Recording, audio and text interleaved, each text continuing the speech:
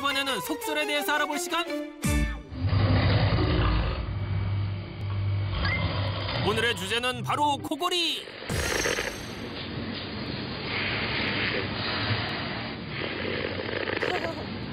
코골이 속설하면 어떤 것이 생각나는지 시민에게 물었습니다. 코 큰 사람들이요, 코를 더 많이 골더라고요. 코가 큰 그런 사람들이 대부분이 코가 크더라고요. 코 큰 사람들이 코를 잘 골더라고요. 코가 크면 코골이가 심하다고요? 그래요?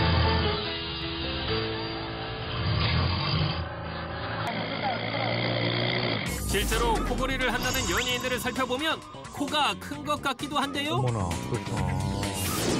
그래서 신 PD가 나섰습니다. 그것도 뭐 만만치 않죠? 별명이 만만치 않아요? 많고 신 PD일 만큼 한 코 크기 하는데 진짜로 코골이를 심하게 할지 실험해보기로 했습니다. 진짜 우리 신 PD는 뭐 촬영도 하고 편집도 하고 바쁘겠다. 고니 출연도 숙면을 취해보도록 하겠습니다. 피곤했는지 어느덧 잠이 든 신 PD. 잠시 후. 이야, 우렁차네요. 우렁차. 깜짝이야.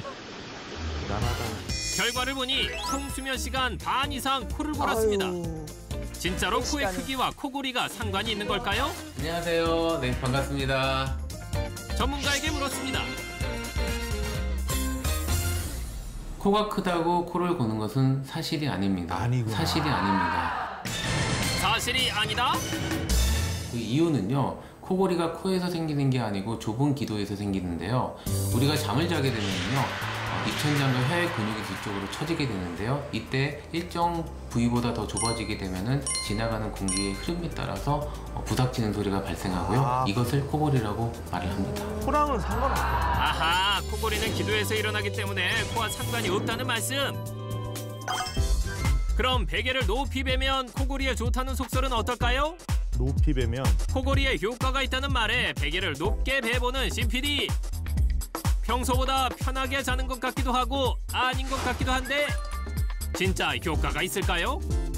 지속적으로 높은 베개를 벨 경우에는 오히려 턱의 아래쪽으로 이렇게 꺾이면서 기도가 눌려서 코골이나 무호흡증이 악화될 가능성도 있어요. 오히려 안 좋네. 높은 베개를 베고 누웠을 경우에는 아, 요 턱 주변에 턱이 접히니까. 기도를 눌러서 오히려 코골이가 그렇지. 심해진다고 하네요. 그럼 낮은 베개는 괜찮을까요? 낮은 베개는 목을 뒤로 젖히게 만들어 역시 기도를 좁아지게 한다는데요. 가장 좋은 베개 높이는 6에서 8cm. 게다가 C자형 베개를 베는 것이 가장 좋다고 하니 오늘 잠자기 전 베개 한번 확인해 보세요.